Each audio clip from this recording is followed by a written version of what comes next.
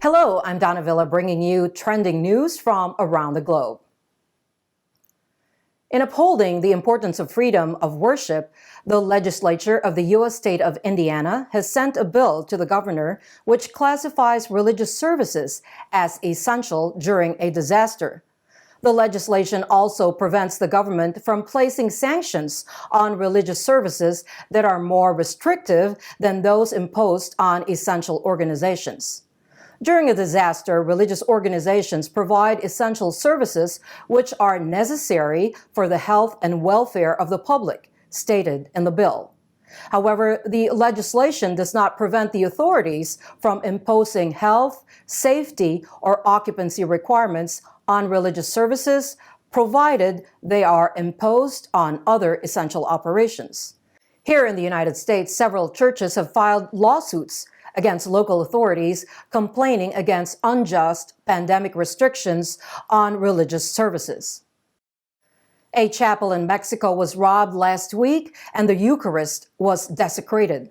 In a statement released by the Diocese of Querétaro, miscreants broke into the Holy Family Chapel in St. Sebastian Parish on the night of April 8 and desecrated the tabernacle.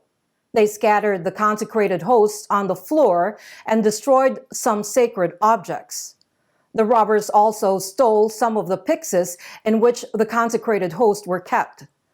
The statement signed by the Chancellor of the Diocese exhorts the Christian community to come together to take part in a solemn Eucharistic vigil as an, quote, act of reparation for the sacrilege, unquote.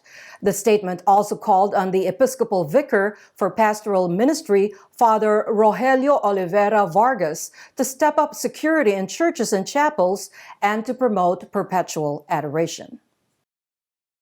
Amid the volatile situation in Northern Ireland, Catholic Bishop of Down and Connor, Reverend Noel Trenner, has appealed for dialogue between politicians in order to address issues concerning these communities. The streets of Belfast recently witnessed violence, with several policemen suffering injuries when rioters hurled projectiles at them. Bishop Trenner described the disturbances as deeply concerning for all who believe in and have worked together for a shared, brighter future. The prelate also exhorted political leaders to be mindful of the impact of their words and to stay away from politicalized civic policing.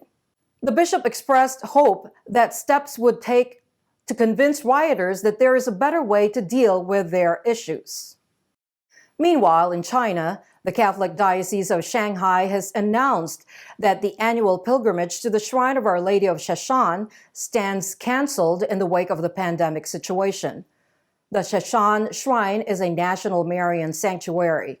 It is customary for believers to go on a pilgrimage on the month of May to the basilica, which is situated on a hill, stopping to pray at the intermediate chapels and the Stations of the Cross en route.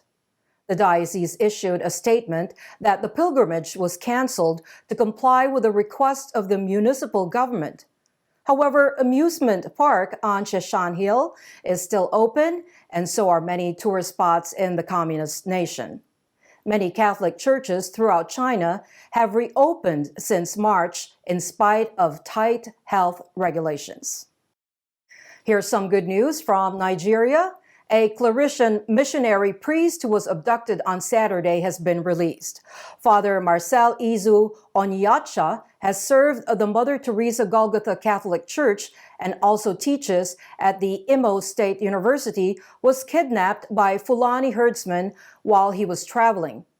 According to reports, the herdsmen abducted the priest after attacking his chauffeur when his vehicle broke down. Father Michael Iwagwu, provincial secretary of the Claretians, confirmed that Father Onyeocha's release on Monday, Nigeria has been witnessing a surge of number of attacks and abductions on Christians. Earlier this year, a Catholic priest was found dead after he was kidnapped by armed men. Bishops in the country have repeatedly expressed anguish over the targeting of clergy and believers. In Haiti, 5 priests 2 nuns and 3 lay people were abducted by members of the notorious criminal gang. The abduction took place at Croix de Bouquets while on their way to visit a priest who was taking charge of his parish. The French embassy has confirmed that 2 citizens were among those abducted. According to local news agency Juno 7, the kidnappers belong to the dreaded 400 Mawuzu gang. The abductors are demanding a $1 million ransom. Meanwhile, the Haitian Conference of the Religious, or the CHR, has expressed deep sadness and anger over the incident and the miserable situation of the Caribbean country. Haiti is yet to recover from the devastation caused by a series of recent natural disasters. In the wake of protests following the death of DAUNTE WRIGHT, who was accidentally shot by a police officer in Minneapolis, USA, Archbishop Bernard Hebda of St. Paul in Minneapolis has expressed his condolences and urged prayers for justice and peace. On Sunday, April 11, a police officer shot the 20-year-old African-American who was trying to evade arrest. Protests broke out after the incident.